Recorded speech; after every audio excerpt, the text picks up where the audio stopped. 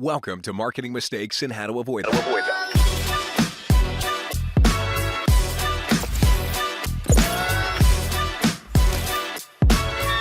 Here's your host, Stacey Jones. Welcome to Marketing Mistakes and How to Avoid Them. I'm Stacey Jones, and I'm so happy to be here with you all today. And I want to give a very warm welcome to Joe DeVita. Joe is one of the managing partners at Moving Traffic Media, an internet marketing agency focused on search marketing, social media, and display advertising.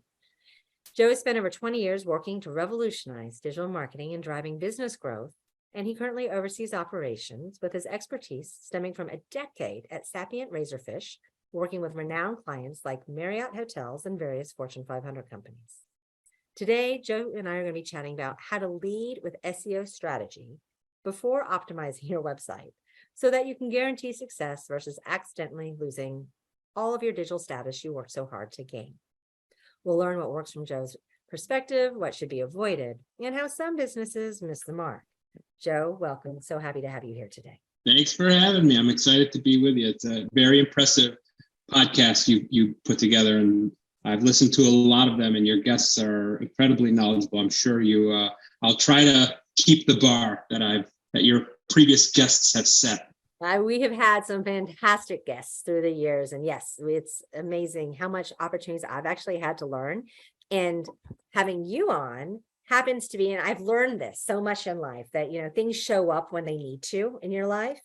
And that's so true for me with my podcast guests. We are undergoing or about to a website redesign. So I'm so looking forward to hearing all the things that I need to not do so we don't crap it out and ruin all of the success we have had with SEO over the years, although I know that we have lots of areas to improve. So thank you for being my teacher as well as all of our listeners' teachers today. Happy to. So how did you get here? You've had over 20 years working in digital agencies. I know you and your partner met each other along the way, spent quite a long time working together before you decided to leave and start this. But how did this all come to be? I was living in Colorado at the time. I took like a minimum wage job at an e-commerce startup, like basically in a warehouse and answering phones. And I loved it. I was like, I had some great bosses at the time, and they were like willing to teach me things that they knew about e-commerce. This was 20 years ago, like when Yahoo was the big search engine. They put a lot of trust in me. I stayed with this startup for about 5 years. I ended up managing a small team and just learning a ton. So it fell into my lap kind of, a year after I finished my undergrad. Well, and then off you went. And you said May 1st is when you guys came together to start this company. Yeah, May 1st, 2018, my partner and I, we kind of signed our partnership agreement. On that same day, we hired our first employee. So we call May 1st, 2018, the first day of the company being in business. But he and I were trying to build something on our own for about a year before we realized we should just do this together. That's awesome. And so you came together, decided to work together, and SEO kind of is that special spot that you have. Well, that's my partner's specialty. My specialty is more on the paid media side. So paid search, display advertising, paid social. So, we've got a couple dozen clients now. About half of them are SEO clients. The other half is paid media. So I have worked in both as he has, but he is our chief SEO. I'm more of his chief cheerleader when it comes to SEO. Right. Okay. And so when you guys are working together and coming together with a client for the first time, how do you start? How do you start figuring out if they're doing things right or wrong? Yeah, we have a standard approach. The contract gets signed, and the first meeting we put on our client's calendar is like a discovery call where we build a engagement brief. So the engagement brief has like 50 questions, and it starts with like, what are your marketing goals? What are your KPIs? Who are your competitors? Why are you different? And you get to the bottom dozen questions, and it's about the technology you're using. What platform is your website on? What systems do you use to measure success?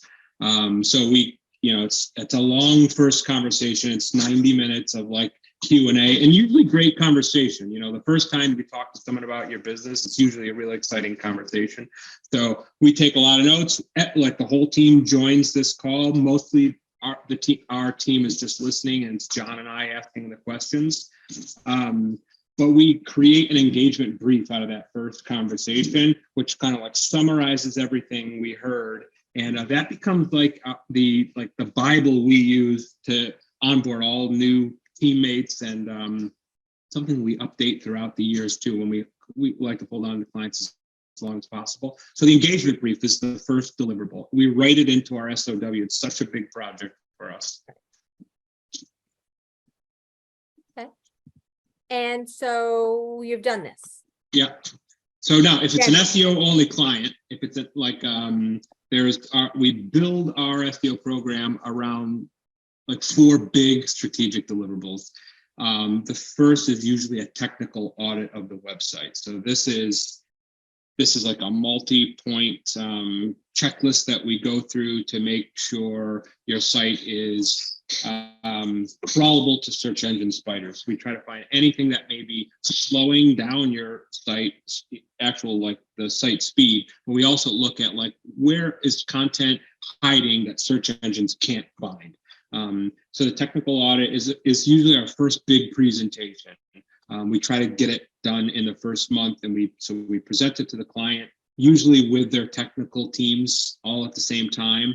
And we say, we've found 50 opportunities to improve the crawlability of your website. So we isolate the opportunity. We say, here's our recommendation for fixing it. And at the end of the presentation, we give a score of all the opportunities we've found. We kind of score it to help organize the next 11 months of working together. Right. So we say, like, what is going to be the easiest to implement? What's going to be the quickest to have an impact? So we got this like proprietary method of scoring opportunities, and that's the first big deliverable. The second one is keyword research. Sometimes if a client is like in we got to move fast, we'll bring in a bigger team at the beginning of the engagement to do the keyword research alongside the technical audit. But the keyword research basically is we put a recommendation on what keywords they should be focused on optimizing toward for the next year. Right. Usually it's we do engagements 1 year at a time. So that is it. First of all, we see like, what's your website ranking for already? Then from our engagement brief, we know your competitive set. We see what words your competitors are ranking for, and we do some custom analysis to say, of everything you're ranking for and your competitors are ranking for, we think you should focus on this number of keywords. For large sites, that list is in 500-600 target keywords. For smaller, it can be 50 or 100 keywords. When you say a larger site, like how many website pages is that? Like, what does that mean? Like a big e-commerce site with thousands of SKUs. Mm-hmm. So it would be like, category words, subcategory words, specific products. So sometimes it does get into the fives. Our biggest e-commerce client, I think our target keyword list is about 600 keywords. Okay. And then for most companies, what is the typical? It's usually less than 100. Okay. But more than 5. Oh yeah. Yeah. I mean, if you only have if you have a small website with 5 pages, you're probably not going to rank you could rank for 100, but maybe only 5 are important to you. Do you need to have a different page for every keyword that you're trying to rank for? No, definitely not. It's tough to optimize any one page for more than 1 or 2 target keywords, but any one page could rank for, dozens of keywords. Okay. And with that, what do you do next? So you figured out your keyword, your long tail keywords, anything that someone would use to Google your company, or not necessarily your company, but what your company provides or sells. Yeah, I'll try to give you what a 12-month engagement looks like with us. Okay. The technical audit produces a ton of work.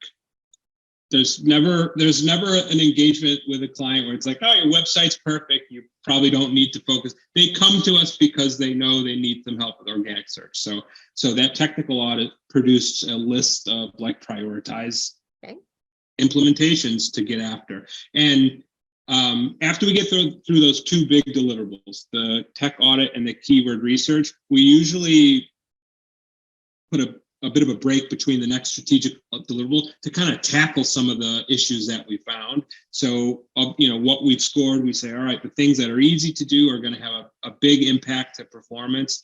Let's try to get those done before we start moving on to the next big growth idea.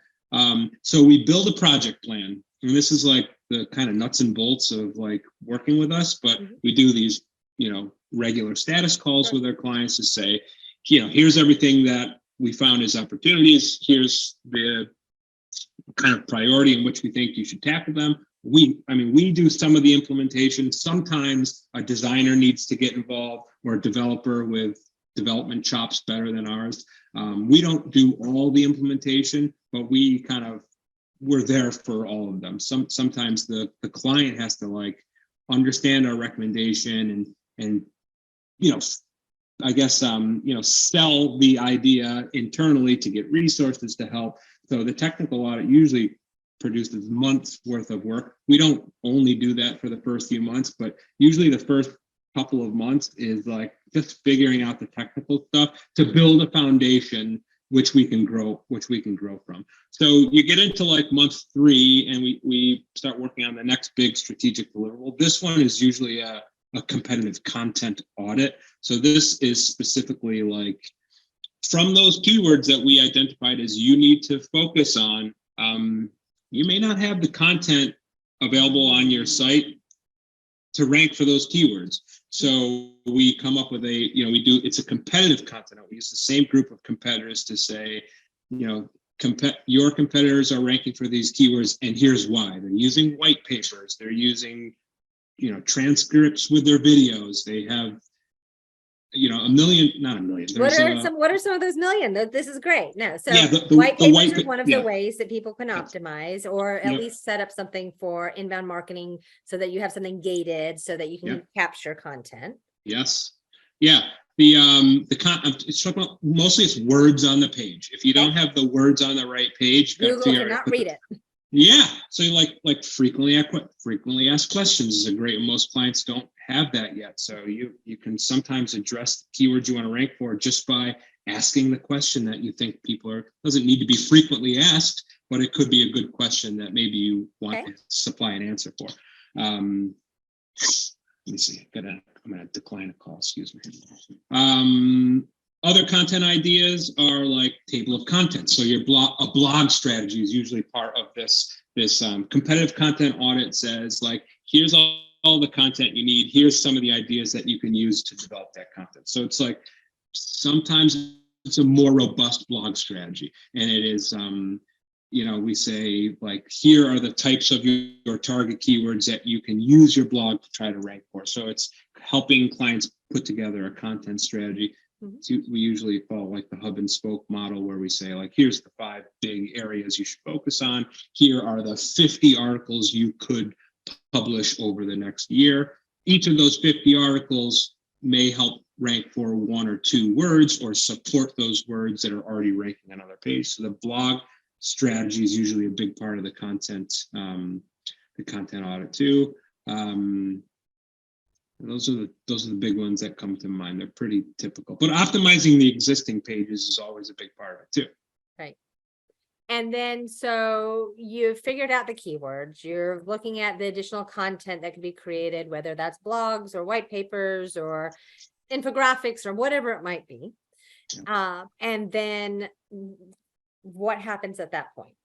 So the content audit, every recommendation that went into that content audit, they're also scored. We say like, here are the things we think you should do first, or the easiest lift, or we have the resources to do it for you within our statement of work, or you've identified you have the resources to do them. So those recommendations get put into the project plan too. So the project plan hopefully has shrunk a little bit from all the technical things we've already fixed, but then it grows again with the content recommendations that we want to start to implement. So again, if usually this can sometimes be overwhelming at this point. So if clients don't have a million resources and aren't looking to move as fast as possible, we'll spend some time implementing the highest priority content optimizations. Maybe we spend a month or so trying to do that. So, and then after that, the next big strategic deliverable is a link audit and a recommendation. So link audit looks at both your internal linking, how your pages are related to each other within your website, but it also is concerned with the domains linking to your website. It's a huge factor in SEO, the number and quality of other websites that point to your website. So we do a link audit and a recommendation for backlink growth. Backlinks are the other people that link to you. This is another competitive audit. So it starts with it's easier to describe the external linking part of this audit, but it's what are the domains already linking to your website there? Which of them have the highest value? Is there anything more we can do with these people who've already decided to link to you? Sometimes it's reaching out to them and say, hey, you linked to my brand name, but what I really need you to, it would be awesome if you could link to me using the words long sleeve shirt or something that's not your brand, because it gives you a little bit more equity for that maybe unbranded word that you're trying to rank for. But this audit and recommendation has the competitive component too. So we look at all the domains that are pointing to your competitors, and we kind of we put them all together, aggregate them, deduplicate them all, and then score them to say, here are some opportunities that your people ranking to your competitor. We should try to go after them specifically or something similar to them. So this big deliverable, it's usually the last of the big strategic deliverables. There's lots of little ones in between, based like client by client scenarios, but this is usually the last big one for the year, and the recommendations produce another set of tasks that get added to the project plan. So now we've got a lot. So like we're at this point almost halfway through the engagement. We've done a lot, but we've got a long list of things to do. So we spend, the next 3 or 4 months just trying to get through as many, implementations that we can. A lot of it our team does, and some of it is just in consultation with the client's developer or designer. We don't do any creative work. So that's something that, I don't know if it's good or bad, but it's the way that we have approached our agency. We only offer the services that we have experience with and we feel like, we're good at. So we don't do everything. People ask for help with creative stuff, and we can make recommendations. We've got other agencies we like to work with, but we don't do anything. We don't do anything creative. Well, life has gotten a little easier as far as like writing, when you're having to get creative writing with ChatGPT now.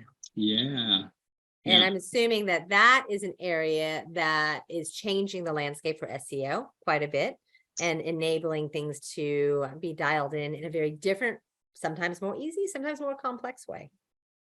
Yeah, we published a blog about that a few weeks ago. We call it the AI Symposium, but we have an internal meeting every 3 weeks where everyone on the team has to bring one new idea of how to use AI to, we're using AI in some of our processes already. So the first couple of meetings were just like, hey, here's how I've been using AI. You others on the team should try to use this too. So kind of improving our processes with AI. But we're getting to the point now where we've shared internally all the things that we're using AI for. And now it's like, well, I found this other application, we could try it. So like, we feel like that's kind of what I'm focused on with the team, like just getting as many ideas out there and letting people play with the different tools that are out there. But ChatGPT specifically was the first. This was probably the first as far as generative AI. There's a couple ways it really helped speed us up. And on the SEO side, I think, I guess I'll speak to it.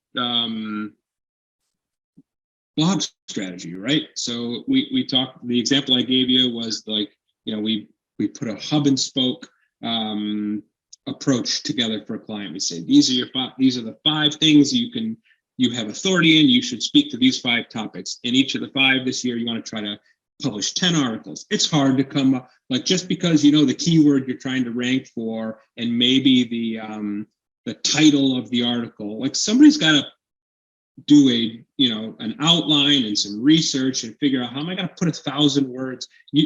I start with one. ChatGPT. Yeah. So what you do is you start with ChatGPT and you get your rough draft from ChatGPT, and it really helps speed things along.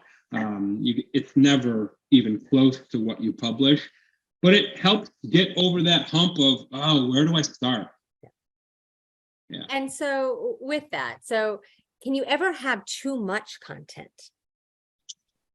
That's a loaded question. I'm not sure exactly how to answer. I'll say you never want duplicate content. So you never want content that is too similar. And it's sometimes you get to a point where you're really like, I don't know what the expression is, grasping at straws or whatever to come up with content. If it's too similar to something you've already done, there's really no value from an SEO side. So to answer it in that small way, yeah, sometimes you can't have too much content. If it's not new and useful, then you're probably better off not producing it. Okay.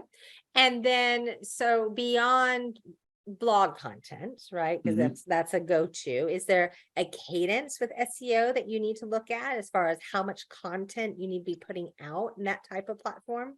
That'll depend on your target keyword list. So if you need to produce if you need to publish 2 or 3 blogs every week to try to address your long list of target keywords, I mean, that's how you build your cadence. It's like, what is the band? What can I afford to hire writers to produce for me, or what does my team have bandwidth to write? But the constraints are really like, what can you invest in? And how much are you trying to accomplish this year? Right. That answer the question? Sure. Okay. And then beyond, so it's blog, it's website.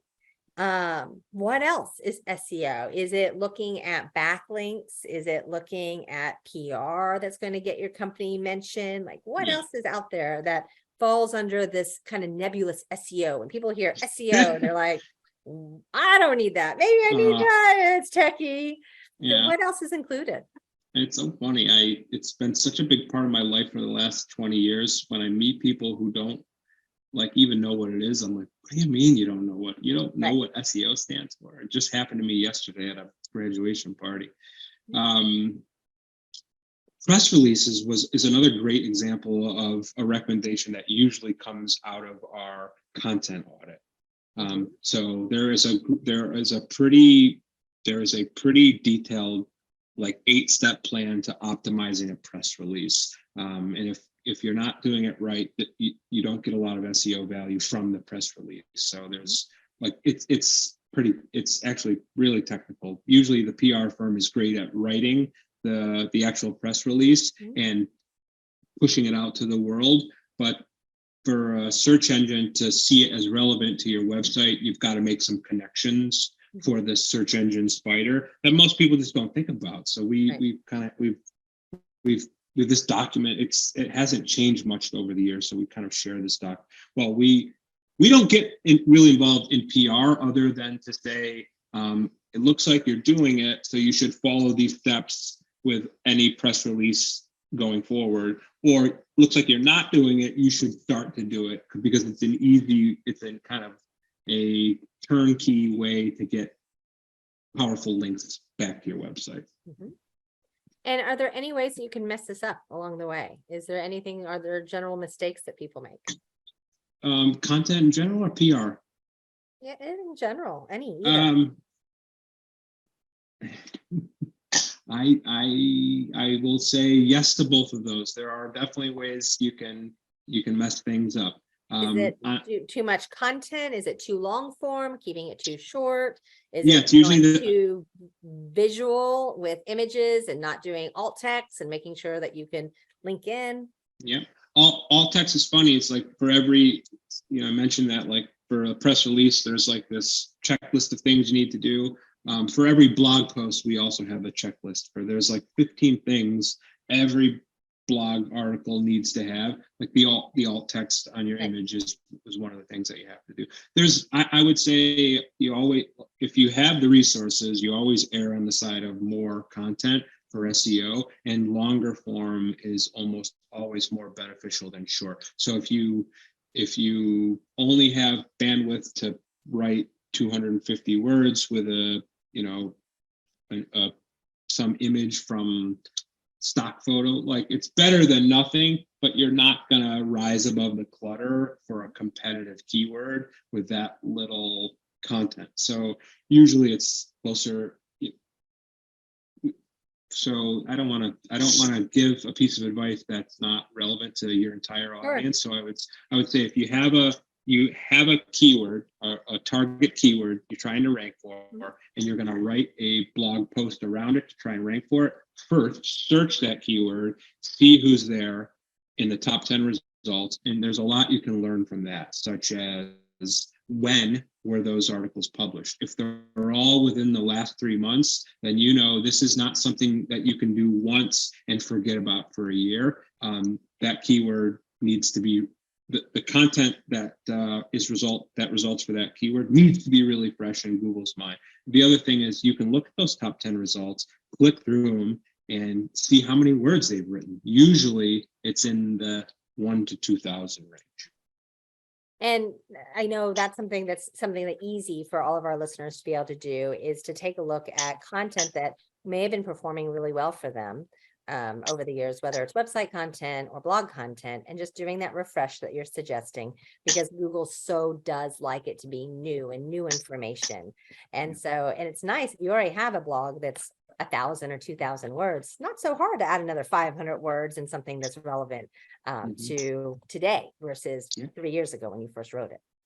Yeah, it's a lot of it comes down to like, what do you have resources to do? If you have the resources to produce new content, so it's a little easier for you to produce new content. If you don't, and you have some technical resource, then maybe the best use of your investment is refreshing those old blogs. Right. Like figure out how to tweak them just a little bit so they look newer to a search engine.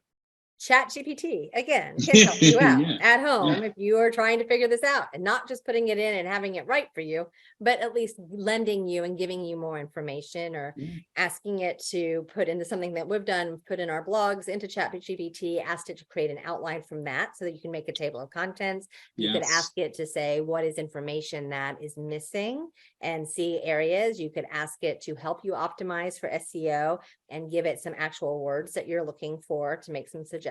So you definitely need help from Joe and people like him, but there are things that you can do if you're not quite ready to get help from someone outside of your own internal organization.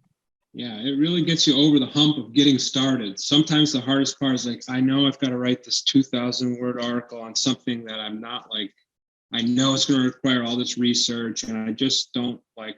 You procrastinate because you're not comfortable. So like you use ChatGPT just to get your first ugly draft started, and you work from there.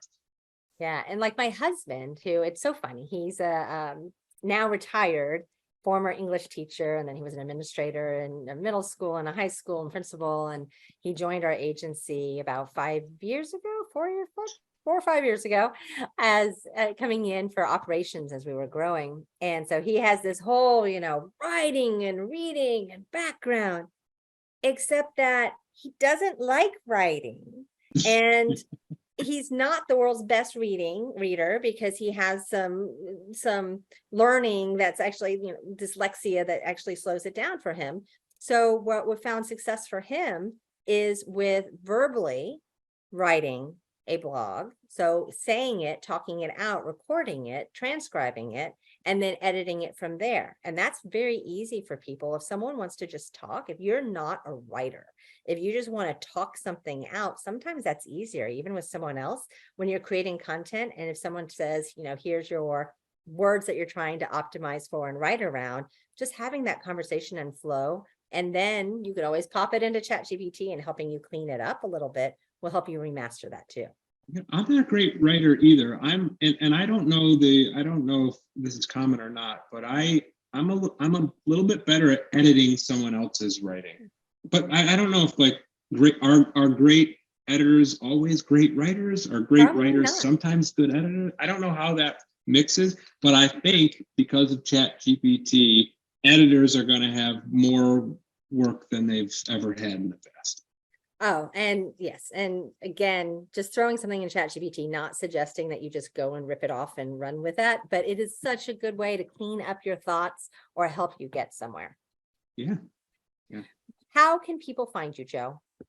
Well, the website is movingtrafficmedia.com. We're not a huge team. There's only 10 of us now. So if you email the info at Moving Traffic Media on our contact page, we see it the same day you send it. But Great. My name's on there, my contact's on there, my LinkedIn's on the website too, if anyone wanted to speak to me specifically. Does LinkedIn help you with SEO? It is a powerful, it can kind of help you once. It's one of those powerful domains you want linking to your website. Okay. So, and if you post often, you can use it for referral traffic,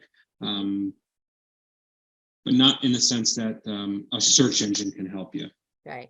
I know LinkedIn is very kind of closed. It uses its own platform and doesn't really push its information out for Google to find. So the best way would be to include a link back to your website if you're writing articles, although you don't want to include too many links because LinkedIn doesn't like having outside sources all the time either. That's right. Any other last words of advice to our listeners today?